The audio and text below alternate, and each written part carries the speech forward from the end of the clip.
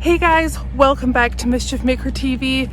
It's been on a little bit of a pause, I know. It has been so busy and there have not been enough hours in the day, believe it or not.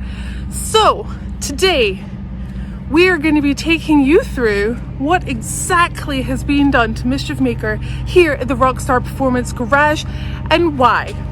Let's get to it.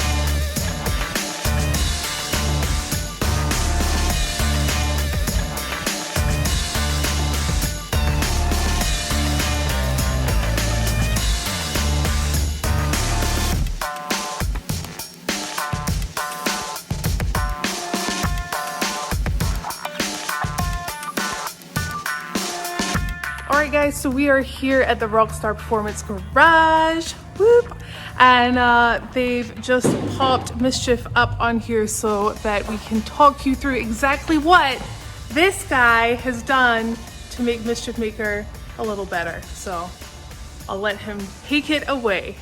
Hey, how's it going? Nick Ashby over here at Rockstar Garage. Well, when we first started working with Holly, I definitely think she was at a different level of wheeling than she is now. Once we got into what she was doing now, we were noticing a lot of things that were starting to occur, a lot of bent shocks and a lot of hang-ups. Nothing at fault of any design for any one particular person in general, but as you graduate, so to say, in different classes of wheeling, where you're sending a little bit harder or you're taking on buggy trails, you're taking on these things, you'll start to see where some kits are designed more to work off-road and some kits are designed more to work on-road. So, working with some of our partners, we reached out to Rockcrawler, and one of the most bulletproof systems that I found with Jeeps, and it comes to one cost, one reliability, and another drivability, is their 3-link kit. Now, in Gridlock we run a dual triangulated 4-link, but in a JK, if you want to do something like that, you have to move the gas tank, you have to do a lot of things, especially if you want an outboard coilover, which Holly has now. So we decided to do it. 3-link from Rockcrawler. Her axle sits 4 inches back from where a normal JK axle sits. So the problem with using a Genride tank is the axle pushed so far back, it won't clear that tank anymore. So we left the stock tank in place. She does have a Dana 80. We did take their Dana 60 truss, we modified it, we pushed it over off center because the yoke in the Dana 80 is actually off center. So we got all that done. Once we got all that done, we came in here and we put the Genride power system in from the Elite kit. So again, this system is actually supposed to be pushed 4 inches forward, but we pushed it back to clear this tank. So you literally have millimeters of clearance over there. The nice thing is we just went on a run. There's not any dig marks or any bad marks right there showing that it's digging into the tank, which is a good thing. She does have outboarded coilovers now. We did put a new rear track bar in. We built all the new brackets for it here so that we can put the maximum length of track bar in here so that her axle doesn't sway left to right as she flexes. Bump pads are in. The crazy thing about this system that we've put in and everything is what's limiting up travel right now is actually the vehicle itself, not the suspension.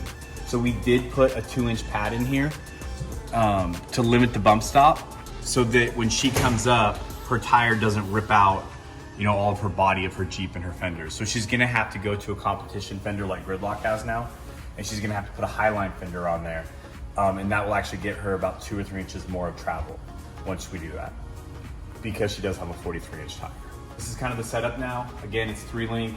I can show you kind of how it's all put together, and I can show you some of like the little things we did to it. So you do have the Genrite sway bar. We did have to cut the arms, which makes this a little bit stiffer now. So we're probably gonna have to put a lighter torsion bar in the rear. It does retain the Genrite link mount, and then we used a coilover mount from Genrite on top of the tube. And then you have the rock crawler lower link mount. Now the nice thing about the rock crawler is Jeremy's designed these things to sit basically as high as they can, but still not put too much stress on the axle. Love that. You obviously have a single third link in the center now, so you're not being bound on your traditional 4 or 5 link that you get from the factory. The track bar only lets the axle move, about 1 inch to 1.5 inches once it droops down at full thing. We did do something trick with her fuel line, using the hard lines and some galvanized lines. We actually ran it through the actual truss system to protect everything and keep everything up. One of the biggest problems when you start messing with your fuel lines and stuff is making sure your vents and everything work correctly. So when you go to the gas station and fill up, it doesn't just keep going click, click, click, click. One of the other things is, since we travel a lot and we're on the road a lot, the mount system for tying this thing down, we get sick and tired of having to run axle straps on everything, so we put these on our builds so that you can just put them out on your vehicle. It's amazing how much this actually saves time. Oh yeah, it saves a bunch of time. All of her air lockers, vent systems, again, run up through the truss system, back and around. So everything is nice, neat, and tucked up. All of her brake lines are on the inside now. Her parking brake as well. All of those lines run in. They're not getting hit by the tires anymore. So that's kind of all this. I can kind of show you on this side where her old mounts used to be. So her old mount, there was a Terraflex mount that used to mount right here. This mount actually moves it forward, and then it moves it flush with the frame. So you can still see where she hit a little bit up here at Fordyce, but before, this mount that used to be there hung clear down here. So when she would come up and go through things, she would actually be sliding off this, and then it would go right into this mount, and that's what would be hanging her up. So now she has a high clearance mount, she has high clearance arms, and she has basically everything she needed to kind of progress to that next level and hit those buggy lines and not get hung up. Let's walk you over here and show you the front, and then we'll lower this thing down and we'll show you the work that was done in the back. So another thing that Holly used to have set up on her rig, and again, it's all levels of progression when it comes to Jeeping. She had her drag link set up on the underside of her arm down here, so it actually hung down here. And then she had a lower track bar and kind of a standard, track bar, what I would say. There was really nothing custom. And then her PSC was mounted the other way. What we've learned is you don't want this PSC mounted off your track bar coming to the center of your tie rod. And the reason being is because you're putting a lot of stress here. And so you're creating 3 points. And what happens is this guy will end up snapping one of these things or snapping this because everything is working against each other. Now that we have this flipped, you have a lot more strength because you're over here next to this joint and you're moving with this joint. So this joint's over here doing itself by itself, and then these two work together. Also, it keeps your PSC from getting smashed as much because everything is up and out of the way. So we built a custom mount coming off her 60 housing. We built a custom track bar that again keeps everything parallel.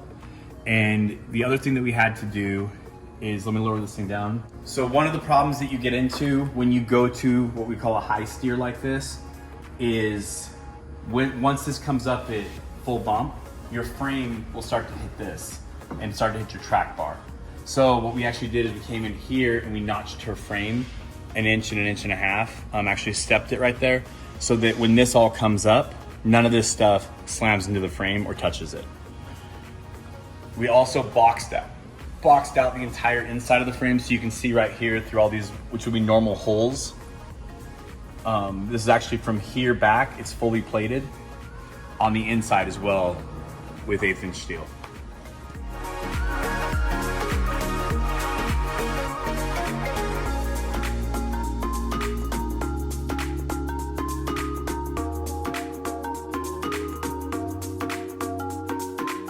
Okay, so again, you can kind of see how her rear end works now. We just went to Fordyce, no rubbish issues. There's nothing in here that shows that anything is hitting or rubbing hard. Her sway bar actually sits there at ride height, and then at full flex, it comes all the way up to about there. Holly runs a rear tire. And the problem that we were facing is the Genrite towers are so tall with the 14-inch coilover back there. We need to be able to keep a situation where her tire no longer hit anything down there, but at the same time would allow us to box everything out. So what we did is, instead of just leaving it open like some people do, or putting like a leather thing over it, you know what I mean? Which again, it's fine, but where she goes out into the mud a lot, she does a lot of stuff, she needs something that's fully encapsulated. So what we did is we built her a whole new tub and a whole new rear end. It's all seam sealed as well. And then when you look at the actual towers themselves, the tower is all 18 gauge steel. We actually fully boxed everything out with 1x1 steel tubing before we actually skinned it. So that as this tire sits on top of those towers, it's not gonna hurt anything. And then we did all the sheet metal work down here to give this actually some structure. And this is all as well built out with C-channel and box steel, so that when she throws, 100 pounds, 200 pounds of weight back here, this floor doesn't collapse. So it was a little bit of work. It took us about 4 or 5 days to get this thing from point A to point B. We didn't have any time to shake it down. Literally built it, drove out to Fordyce, and that was her shakedown, And I think a lot of people were worried about that because we were building this at the same time we were knocking out Phoenix and wrapping that up.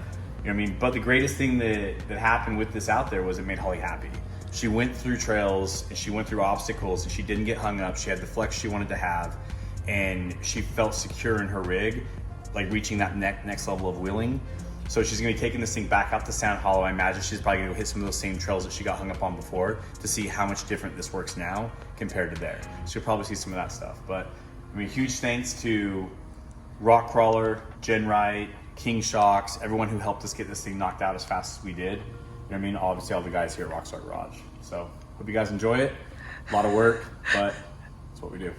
And also check out the Rockstar page, right, on YouTube? Yeah, you can check out our Rockstar page. You're gonna be seeing a big Fordyce thing on that with this and Phoenix and Gridlock and stuff.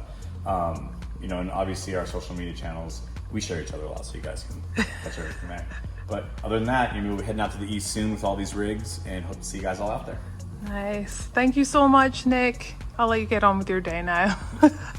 All right, guys, it's pretty cool that Nick was able to take like a little time out of his very busy schedule to kind of walk us through this. I tried doing the video by myself a number of times, and honestly, it just didn't come out great.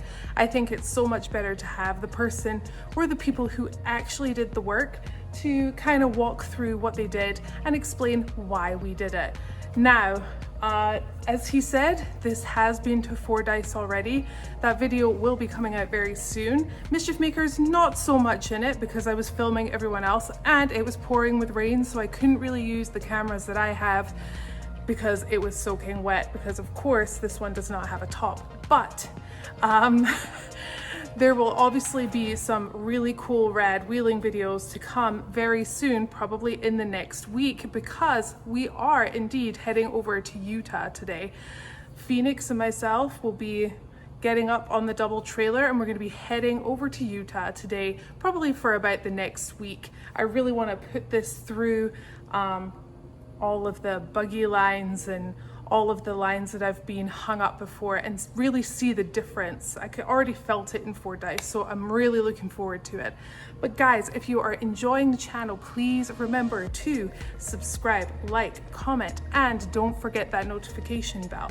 If you're looking for your Mischief Maker merchandise, head on over to www.women-wheelers.com. There is more stuff gonna be popping up on that website fairly soon. But I've got some work to do today, guys. So until tomorrow, I will see you later.